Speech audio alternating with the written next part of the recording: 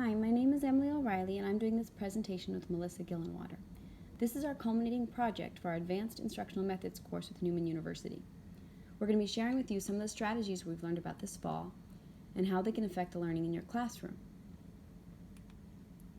Much of the learning in our course came from John Hattie and his book on visible learning.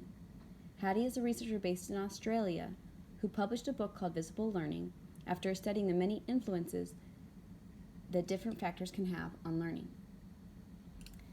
He rated the effect sizes of different factors to show how things like curriculum, parenting, teacher and student relationship can affect the learning that happens in the classroom. To understand his rating system, he established a baseline rating of 0.4, showing the average rate of student growth in a year.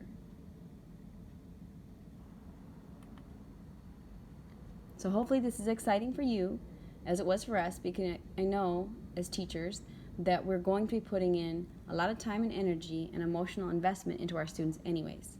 So why not try and make the most impact? We're hoping with this presentation you'll be able to take that time and energy and passion in the directions that are going to make the biggest difference for the learning and achievement of the students in your schools. We're starting off with clarity. When we talk about clarity, that refers to the planning and the assessment around student learning versus what students are just doing. Students need to have a clear understanding of their learning and where their learning is headed. Clarity has an effect size of 0.75, which is huge.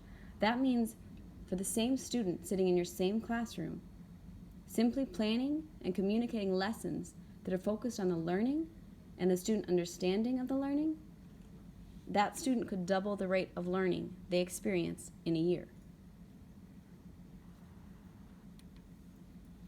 Having clarity in the classroom comes down to two components: learning intentions and success criteria.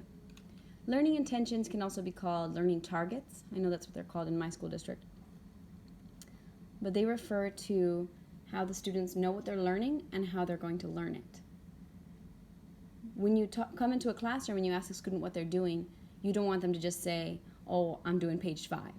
You want them to be able to say, "Oh, I'm showing how I can add and subtract 3-digit numbers so that when I get into 3rd grade and I see numbers in the thousands or I have to multiply 3-digit numbers, I'm not overwhelmed. I'm confident because I already have strategies that will help me solve this type of problems." When students have a learning intention, they know what they're learning and they know why they're learning it. They also need to know how they're going to know that they did learn it, because that will help them know the direction they need to go next. When students know how they know that they learned it, that's talking about their success criteria. Success criteria needs to be clear and it needs to make sense to the students. Success criteria could be a rubric, it could be a posted example of student work, it could be just a discussion that you have with your students of how they're going to show you that they know something and how they're going to show themselves that they've mastered the learning.